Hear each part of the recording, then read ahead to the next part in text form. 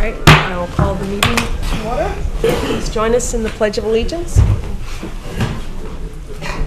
Pledge allegiance to the flag of the United States of America and to the republic for which it stands, one nation, under God, indivisible, with liberty and justice for all. Thank you. Welcome to the zoning board meeting of June 2nd. I will start with a roll call. Therese Scott is here. Howard Burnham. Present. Freeman Plummer. Here. Butch Cushing. Present. Omer C. Ahern Jr. Present. All right. And our alternate member is off the hook tonight, Tom McLaughlin. I hope you're watching at home, Tom. Probably not. Happy not to be here. All right, I would just like to revise our agenda a little for the members. We have the first and third applications that are listed on our agenda were withdrawn to administrative appeals, were withdrawn earlier this afternoon. So we only have one application before us this evening. Okay, now we will adopt or look at our minutes of April 7th, which needed some correction from our last meeting before we could adopt them. So if everybody's had a chance to go through those, I had presented some edits to Sharon a while ago, and I feel comfortable with the way they're written, but if anybody has any additions to make or corrections.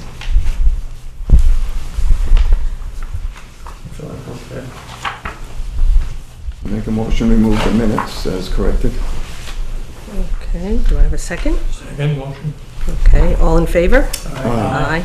All right, thank you. I'll have to abstain because I wasn't present for those. Right, for that Omer meeting. abstained, okay.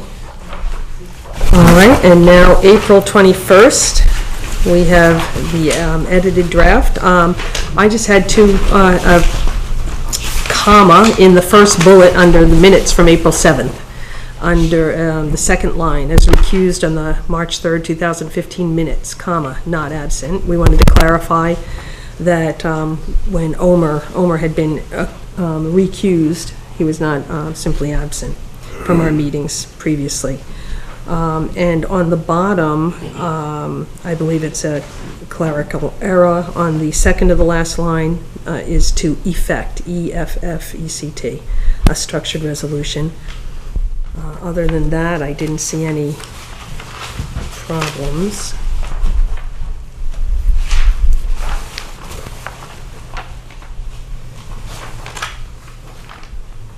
Does anybody else have anything?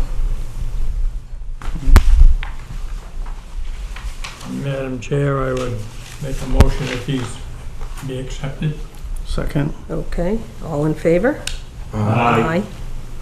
Okay, thank you. All right, now we can move on to our public hearing of application 213-005-002, a special exception, a request from North Point Engineering LLC as agent for owner Brian Young to obtain a special exception to locate more than one building on parcel 213-005-002 on Boulder Point Drive. Relief is requested from Article 3, Section 304, miscellaneous. The property is located in the ICD/ag zone, so it's in two zones. I will open the public hearing and ask the applicant if they'd like to come forward. Spokesperson. Absolutely. Thank you, Mrs. Chair. My name is Jeff Lewis from North Point Engineering. Happy to be here before you tonight to present this project for a special exception. With me tonight also from Soldier On is Mike Valenti and Rick Reed, who can supplement my presentation and probably answer any questions you folks may have on their operation. Okay. I'm just going to give you a quick overview of the project, where we stand right now, what it's about, and I think this the actual special exception is pretty straightforward. It is just for multiple buildings on a lot, and I can certainly go through the criteria for that if you so please. The project is on Boulder Point Drive. I'm going to assume that everyone's familiar with Boulder Point Drive, and Walmart or something up there. This is just an overview tax map of the area. Boulder Point Drive being right here. I think you should turn that around, over, This way. upside down. This is north up, so Okay. this is Tenny Mountain. North is going up, so Boulder Point Drive is here. Okay, so if you're going up, Yeah. you want to be going up the hill like that. Yeah, that's the way you look at it when you're driving down the So highway. if you're driving up Boulder Point Drive and head south, That's the way you get up there. Right. you're Yeah, going up here. This is the property. It's owned by Brian Young right now. It's about 60 acres. It's a large piece of land, the piece at the very end of the road. Obviously, Walmart is right here, adjacent to the south. The medical offices are up here. Tractor Supply is right here. So the proposal that Soldieron has a purchase and sale agreement in place with Brian to carve off a 10 or 12 acre piece of land. We've identified it as 10 and a half acres right now, right at the northerly end of the property here. And if I just flip this over, now I'm going to confuse you even more because our plan, this is the orientation we were just looking at, so our plan goes like is that. north up, so Yeah. however you want to look at it. This is the conceptual layout we've come up with to date. That's still being refined. We're working with the architect and Soldieron to refine that and move forward with a planning board application, hopefully later this month if we're successful here tonight. But it is a proposed 52-unit veterans housing development. It does have amenities on site, including medical offices and cafeteria and some other social services and greenhouse and other amenities that we're continuing to work on. So we have identified it as a residential institution use in the zoning ordinance. It seems to fit nicely in that category. And everything seems to be in order from a zoning perspective. We're anxious to move forward with the site planning and get the design underway and hopefully be before the planning board next month with the nuts and bolts of the application. I know that there is some interest up here in Plymouth in the area for this project to move forward.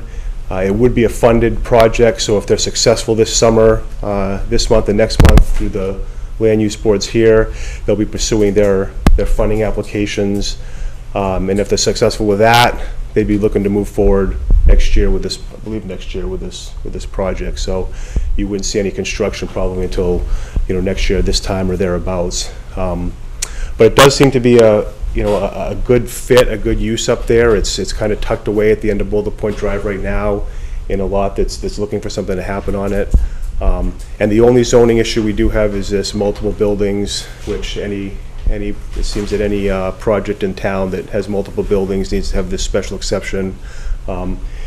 What they're proposing is really just the 52 units to be broken up into 4 separate buildings, no more than 4 separate buildings. They'll have another structure over here which will house the cafeteria, some offices, medical station. We're identifying that as about a 5,000 square foot, approximately 5,000 square foot building. That footprint's still being worked out. There'll be a greenhouse for the residents' use somewhere on the site. We're identifying it right over here right now, but that may be subject to a little bit of change. And that's basically it in a nutshell. Rick can probably answer any questions, or I'll invite him up to just give you an overview of Soldieron if you're interested in that, and just their outfit and operation, why he thinks it's a good fit.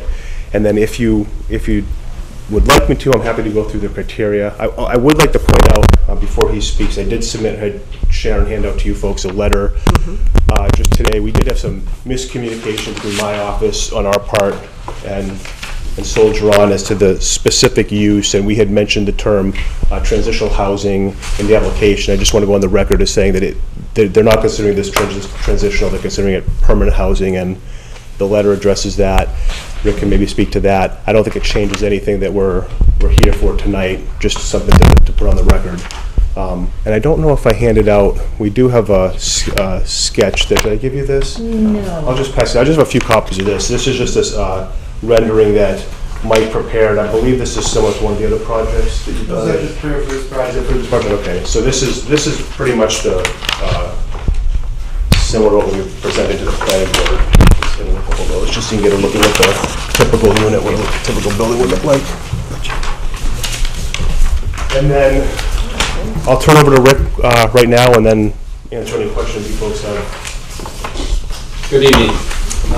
My name is Rick Reed. I work for Soldier-On. I'm the facilities director. I've been involved with Soldier-On for going on 5 years now. I started out with my, I guess my tenure or getting to know Soldier-On is I built the facility in Pittsfield, Mass. I was the general contractor. So I got to be very familiar with the veterans. I had 75 sidewalk superintendents the whole time I built the project, from picking out their units to colors to plants to. So when I finished the project, I realized that I had built a lot of different things in my life: 5-story hotels in Pittsfield, ski areas at Jiminy Peak, vacation village townhouses. But that was probably the most rewarding project I'd ever worked on.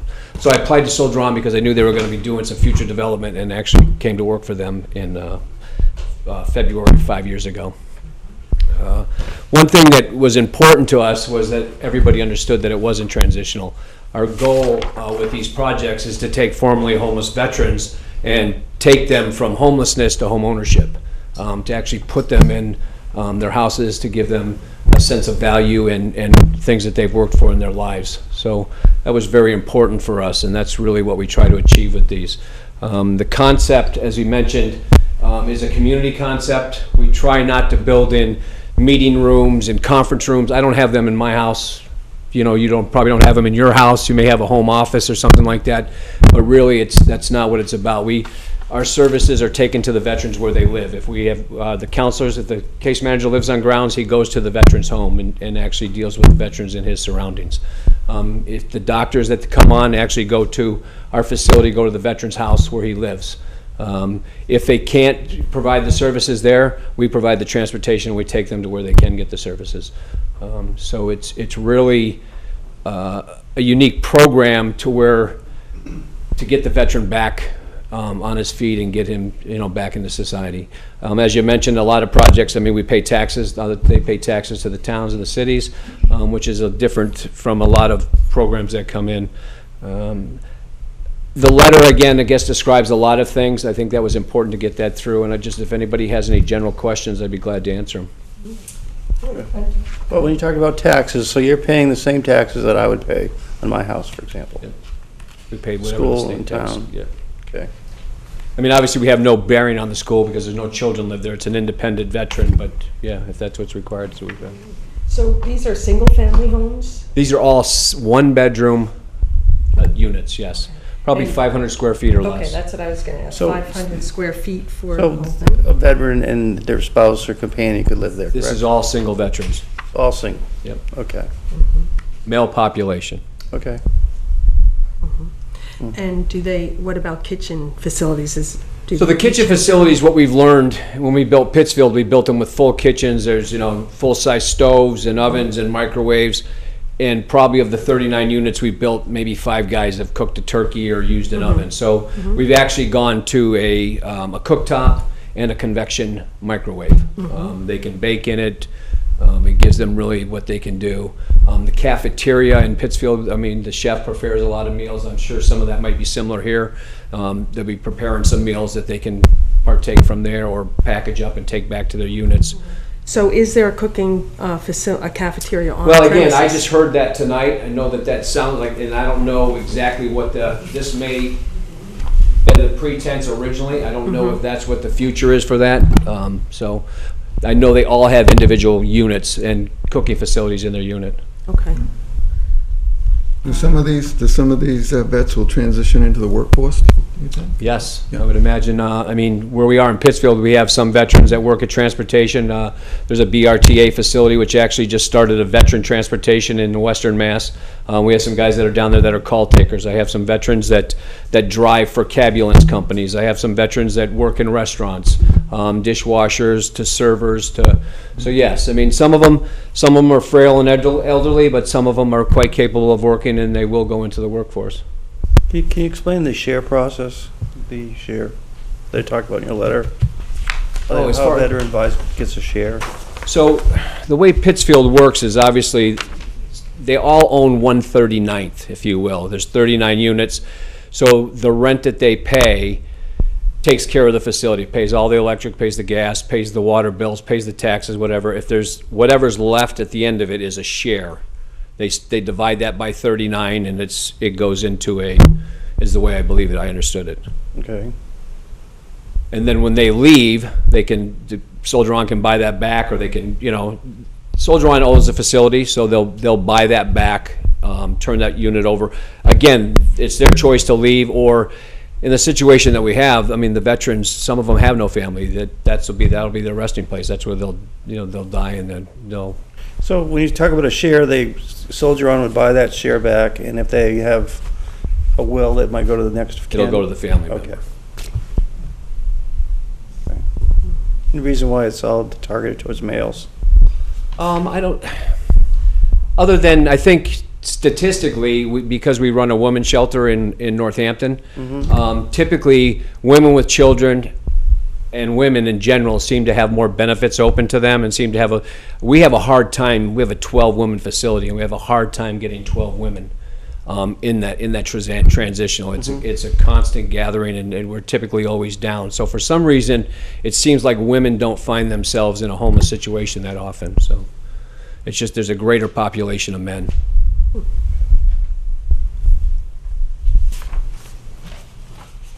Is there, when you say there's going to be one resident per unit, is that something that you put in your deed or your lease or whatever? Yes.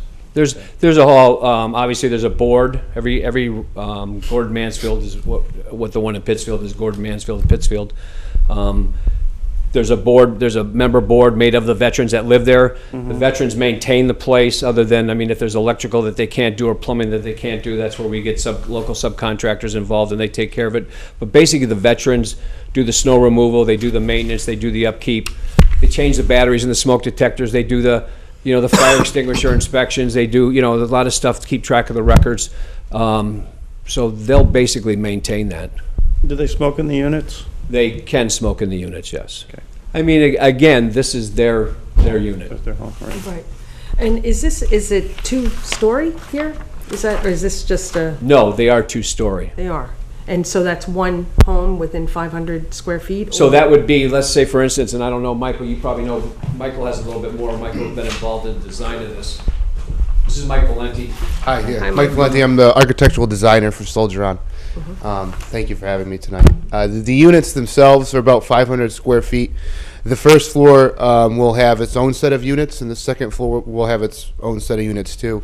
It's very important that as many units as possible are accessible, ADA compliant for people with disabilities. So we try to make as many of the units accessible from the ground floor as possible, as well as provide lifts on some of the second floor units. For example, the project we're doing in Northampton right now, every single unit is 100% accessible. It's built into a slope, so on one side you enter from the top and the other from the bottom, and it's very important for us, just to make sure that as many people can stay as possible. Right.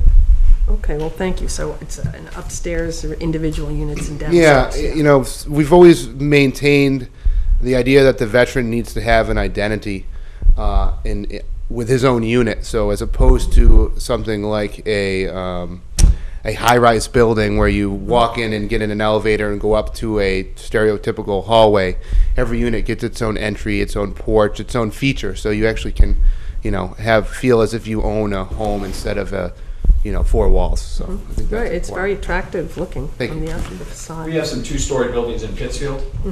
We have two buildings that have the walkout concept that Mike described, and then we have one building which has 16 units in it, which has 8 units on the second floor and 8 units on the first floor. I have a couple unit plans of that building here too. I don't know if you can circulate if you like. They're included. And these are preliminary designs for, kind of getting the project off the ground. I don't think they're the same right there. Anybody have any other questions? Where will the vets be coming from? Are they from all over, New England, or? Well, I mean, I would assume that there's a need in the area. I mean, I would think that would be the first priority, is obviously if there's a great need in the area. I think the only reason that they may come from some other place is if we couldn't fill the units from here. But I would think that I mean, I haven't been anywhere where there hasn't been a need, so I would think that that would not be an issue. I don't know. Can I answer that? Sure. Butch? Kathy Madden, or not? I Sure, thought you would Kathy. say something. Yeah, we're waiting for you, Kathy. Well, you asked where would the vets come from. In the last 4 years, the Bridge House has permanently housed 54 vets. Of the 54, 48 were from New Hampshire. When I say permanently housed, some were from other states, so they reconnected with family, Oregon, Florida. But the vast majority were from New Hampshire. And as we do more outreach from Grafton County North, more are coming in from the northern part of New Hampshire. Okay, thank you. All right, does anybody have any other questions in the application? I had one question about information in here. There's 5 acres of this property is conservation, in conservation? Is that included? That was ballpark. Is that where this 10.4 acres is going to be built? Or? It's, yes. I mean, obviously there'll have to be a proposed subdivision to pull it out. Well, first of all, let's start at the beginning, if I may, Jeff, and then you can go on. Residential institutional, which is the use that is most apt for this, according to our zoning, is a permitted use only in the ICD zone. But that works out fine because this parcel is so huge that the top half is ICD and the bottom is agricultural. And Jeff and I were discussing this before, and having no actual density guidance for that residential institutional definition, the closest thing we could come to for zoning that was, in the book was a continuing care retirement community, and that has a minimum that can give you a formula for acreage. So it would be like approximately minimum 10.5 acres to pull out for a subdivision to satisfy what little relevant density guidance we have in this book. The criteria to speak to the question is whether the lot coverage would be too much on a parcel that's about 10.5 acres. No, because the conservation easement is owned by the town for starters, so I don't think you'd have a problem. It is partially included in the property line as it lies now, and would also remain that way if you can see it up at the top, because it's one of the major boundaries. I'm sure I included this, didn't I? Yes. Yeah. And I didn't have an acreage count on the property, so I did some really fuzzy math and divided it, looked at the overall parcel and divided it in thirds and said it's between 3 and 5 acres. So it is there, and that there are certain guidelines about the conservation easement, but they're not overly hard and fast, except that, of course, this development would not impact it in terms of encroaching or anything like that. And that's something that when this project hopefully gets to the site plan phase, the actual construction of it will be under the aegis of our town's engineer. So all those conservation setbacks and everything else will be observed. Okay, I mean, it's kind of nice because it provides a buffer. Right, I just out of curiosity, I was wondering if it's going to be on the project or around it, or how it was. Well, it's half, it would be half on the huge 83-acre parcel right now, and it will remain on any small subdivision parcel that's taken out to accommodate this project. So the easement's going to remain on the property, Yeah, but the town's not going to, the town doesn't own the property, correct? correct. Yeah, okay. All right, well, thank you. Anybody else have questions for our representatives? Omer? Yes, thank you, Madam Chairman.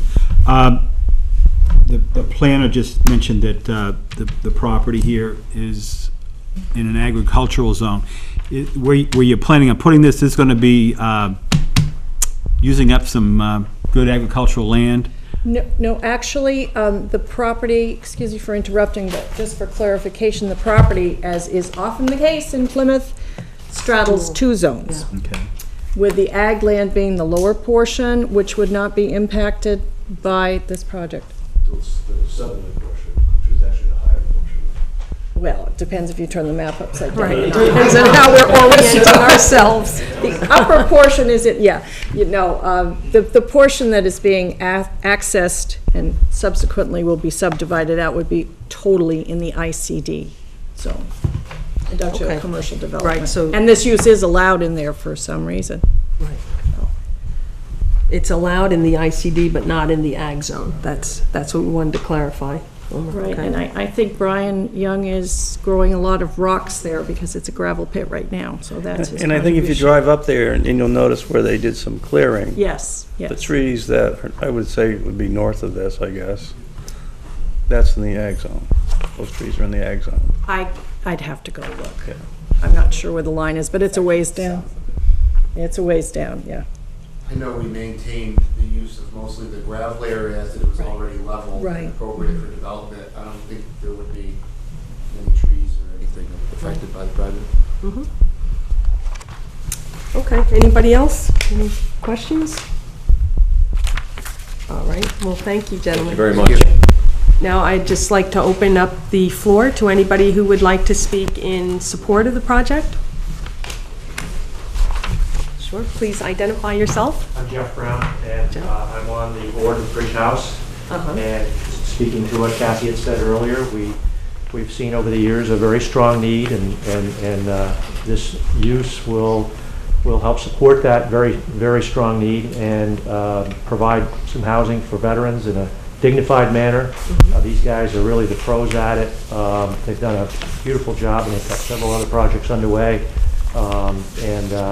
Accolades through the VA and all of that. These guys really know how to do it, so we're anxious to see them get going. Great, thank you. Yes, sir. Hi, I'm Roland Galen, represent 599 Tenny Mountain Highway, Elmwood Realty. We're the 60 acres that abuts that property.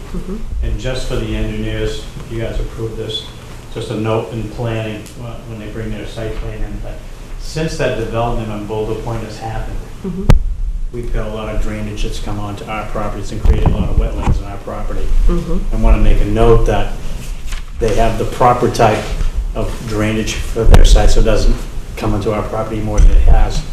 The hospital facility up there has a retention pond that we've noticed overflow onto our property. So obviously, when designed, the retention pond wasn't big enough to handle the runoff.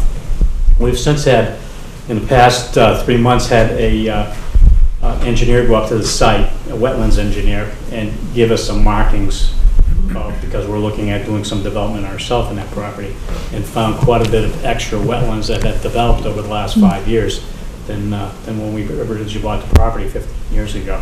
So I just want to make a note of that, be on a record, so that I'm sure we'll appear at the, when the site plan comes up too, to make sure that gets taken care of. Okay. So you're saying the wetlands have developed because of the overflow from other properties? Yes. It's unfortunately a cumulative effect. That would definitely need to be addressed in site plan, so. Jim Cropsey, who's Yeah. down the hill from that also, I mean, the runoff that comes down that hill now is unbelievable Yeah. compared to what it was Yeah. 5 years ago. He's actually had to do some digging and reroute his drainage, which comes across my property, which now affects the O'Reilly Auto Parts that's going in. Oh, I know, They're putting in it's, some yeah. new drainage to take care of the stuff that's coming The off. town engineer is aware of this, so that's definitely some, unfortunately, over time, there can be a cumulative effect, but it has to be dealt with, so please do.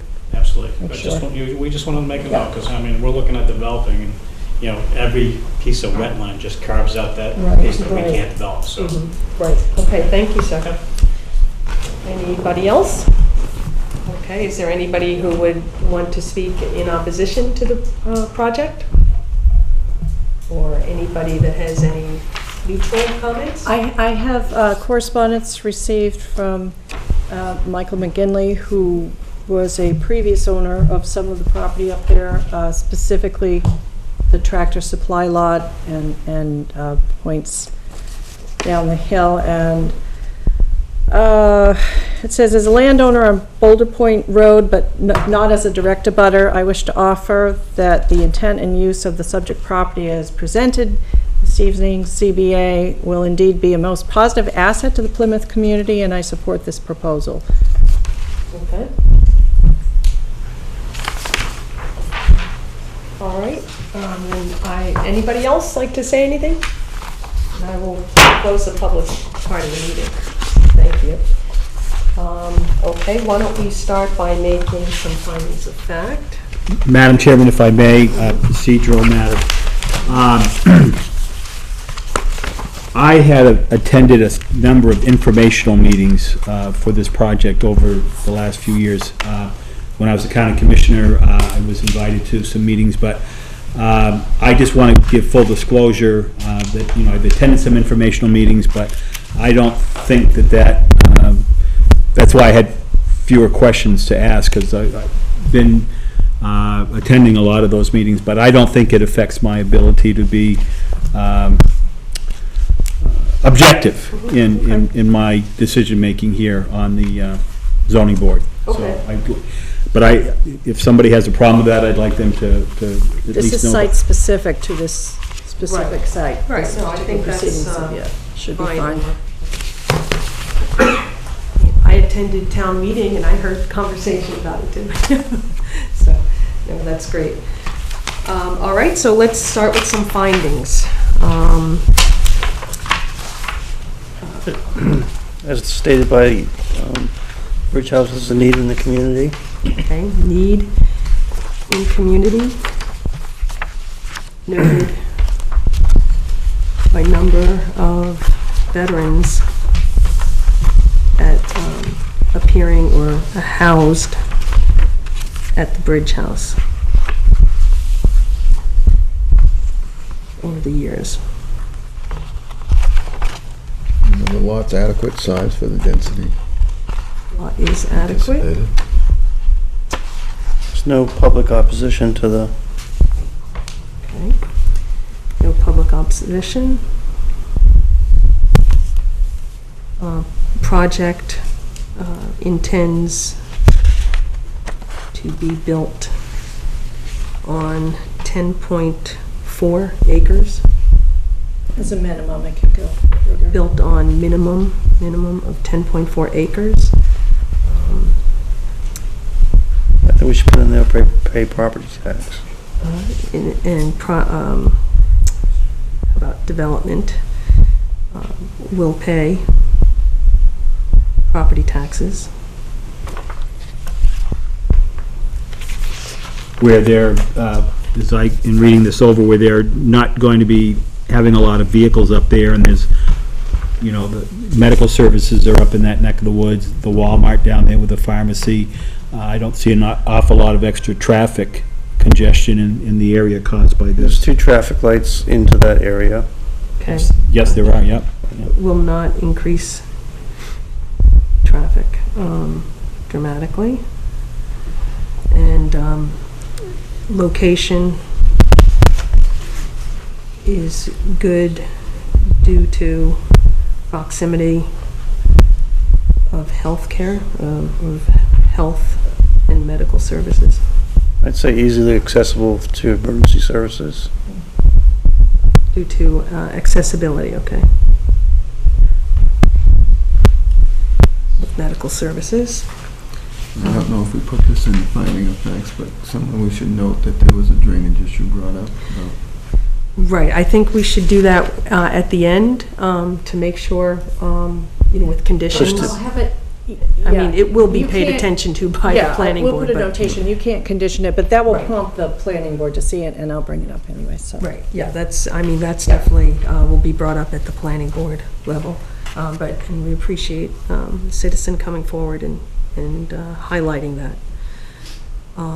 What else? I want to say something about the easement, that conservation easement will be preserved Oh, yes, it provides a buffer too. in near vicinity, in close proximity.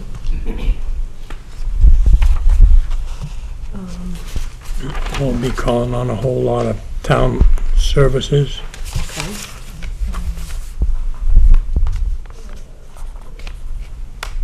Little impact on town services. I read in our paper, we didn't really discuss, but there is the availability of town water and sewer. Yes, yes. There have to be Which some makes it good. extension, but that entire area is serviced by municipal facilities. So that's a good thing for this size project. Let's see.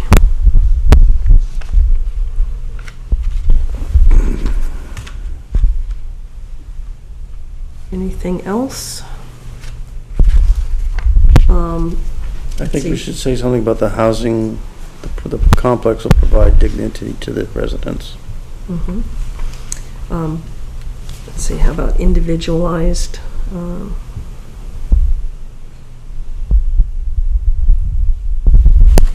Housing will provide dignity. The occupants. For the residents, veterans.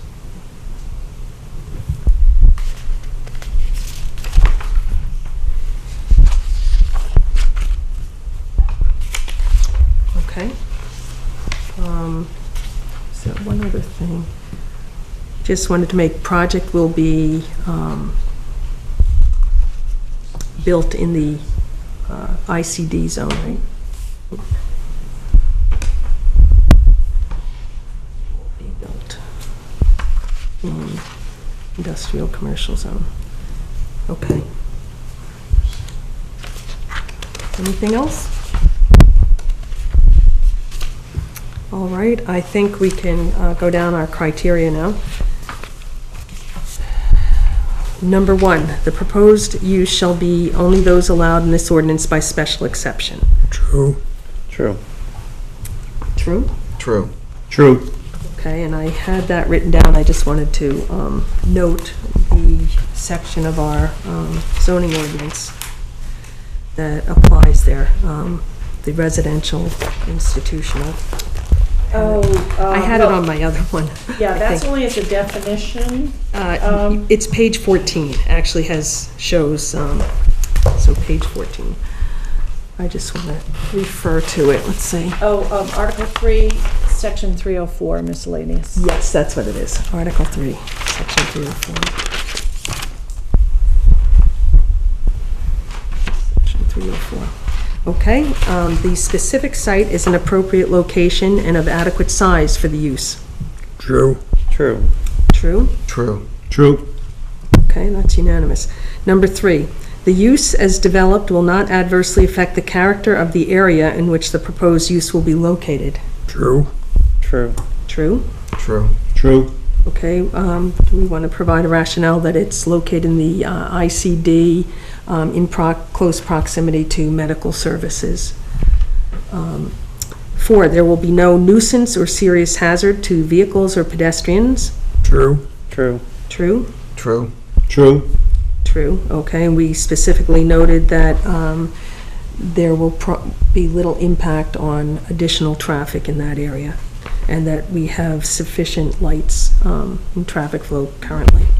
Number 5, the use will not place excessive or undue burden on town services and facilities. True. True. True? True. True. Okay, we noted that the population, these are single males that will be living here, so there will be no significant impact on most of our say, school municipal services. Number 6, there would be no significant effect resulting from such use upon the public health, safety, and general welfare of the neighborhood in which the use would be located. True. True. I believe that's true. True. True. Okay. True, and that I would entertain a motion. I make a motion that we approve the special exception. Second. Okay, Freeman second. All in favor? Aye. Aye. Aye. Okay, unanimous. And I would say congratulations and thank you all for sticking with this project and helping to bring it to fruition. Okay? Thank you. You're welcome. I'm sorry, who was the second? Freeman. Freeman. You want those? Howard You want these? first, Freeman Right. second. Okay? One second. So now we'll discuss the city conditions.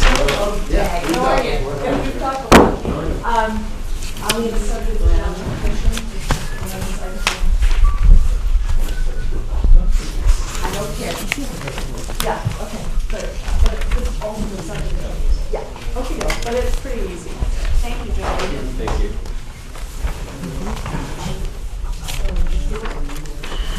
Okay. Okay, so, yeah, we won't put any, as far as conditions or normal conditions. And just, if you make a note, Sharon, that somebody spoke up about the drainage. That's really important. Right, and I know the planning board will go over that. Yeah, I usually try to do that in the narrative. No, it definitely needs to be noted. And, yeah, just FYI for conditions, the special exception should be granted, it's in the planner recommendations, only as presented in conjunction with proposed residential, RI use only, period. Obviously, won't fly any other way. All local standard permits, blah, blah, blah. And obtaining site plan approval and subsequent subdivision, obviously, we're gonna have to pull it out of parcel. So that's, we know that the planning board will take Yep, good care they of all will- that. Yes, they will. Have to worry That's about great. it. So, okay, well, that's great. Now, let's, where's my agenda? I know, I was looking for mine too. It is, okay, It's a so two-pager that's- this time. Right. So we have unfinished business. I was just going to ask Omer if he would like to share anything from our convention that we went Oh, to, yeah. the planner convention. Oh, were you able to go to? I was. Oh, wonderful. That's I just great. had to leave early. It was interesting. There were mostly planning board members, right, Omer? Yes, there were some interesting folks from other towns that had some interesting questions. I attended the legal issues seminars, and Cordell Johnson, what's it called now? The Local Local Government Center. Center. Okay. And specifically, I attended the RSA 93-A, the open meetings section. And, Excuse me. I know I was supposed to be prepared. Oh, no, that's okay, Omer. It was just interesting. We had Cordell Johnson here at Town Hall once talking about 91A, so it was Yep. probably very similar. Yeah, it's, I encourage members of my fellow members on the board here to attend these opportunities, and there's several that are offered throughout the year, different seminars that are put on. I think I went up to one up in Littleton a while ago, and part of the nice thing is you get to interact with folks from other communities, see what they're doing. Right. It was interesting to hear the lady from up the Mount Washington Valley talk about things up there, and suffice it to say, it's kind of interesting what's going on in other communities. And when I look at the list of our folks, we've got all these openings for alternates. It's just so important for the community, for people in the community to get involved and get on these boards. Yeah, it takes some time, but if we're not paying attention to what's going on, Yeah, things happen. things happen. I mean, there are people that move in from other states, and other states have ways that they like to do things, and New Hampshire is a very special place, and I think we can lose that if the folks that live in the community and care about the community and care about what's good for the community aren't involved in these local land use boards, planning boards, zoning boards, etc. So it just impressed upon me the importance of being involved in these boards. Right. Well, I went to two seminars. One was on workforce housing, which was very interesting, all the statutes involved in that. And another was by the planner of Exeter, and she took something, and like these kinds of maps that we get, and she had this little system where she brings all these colored pens and showed people how to sporadically color things off so that you could tell what was going on in these kind of plans that are presented to us. But she was very lively. But and I know what Omer was talking about. There was a gentleman who got up at the general microphone and basically asked, why don't we just do away with town meetings, because it's crazy. My word. It's just crazy that people in every town can vote to completely upend, a zoning ordinance or whatever it was. So where was he from? He was from Connecticut. I was hoping he was in my directional seminar because I was going to point to 93 South. I was going to color that for him. Did you ask him why he was here? No, he was a developer. So, but you run into these interesting people and you realize. So it was definitely worth going to and very interesting. And it was just nice to see other people, how many people are out there serving their communities and, doing this thankless job. But we're very happy to be doing it. So if anybody, when we have them, it is good to take advantage of them.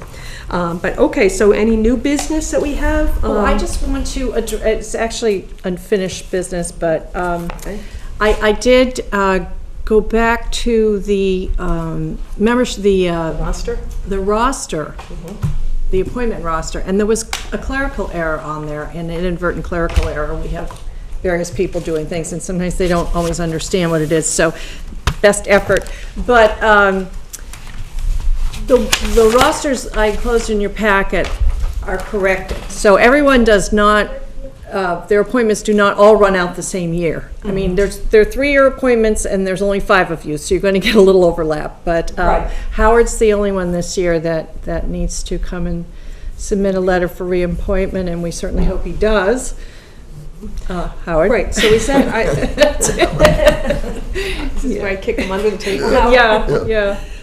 Is that correct for Butch though? I looked at the, I went through all the papers. So 2012 and 3 is 15, so, but that's through this year, so he gets reappointed next year? Yeah. Okay. Yeah. I have all your appointment letters, so that's... Yeah, okay, so we're good. All right, well, thanks for doing that. And again, if anybody's out there and would like to be part of the zoning board, we definitely are in need of additional alternates. And we're very grateful to Tom McLaughlin for coming back and helping us out. So, okay, is there any new business? No, ma'am. Anything else? I have nothing. And I appreciate everybody's being patient and cooperative and working with these 2 administrative appeals that came before us, and I'm very grateful that they were able to work themselves out. Today, right? Yes, that's right. At the 11th hour, even at the 11th hour, we're very appreciative. I have several more gray hairs, as you can see. All right, now I will Who's counting? entertain a motion to adjourn at 7:50. So moved.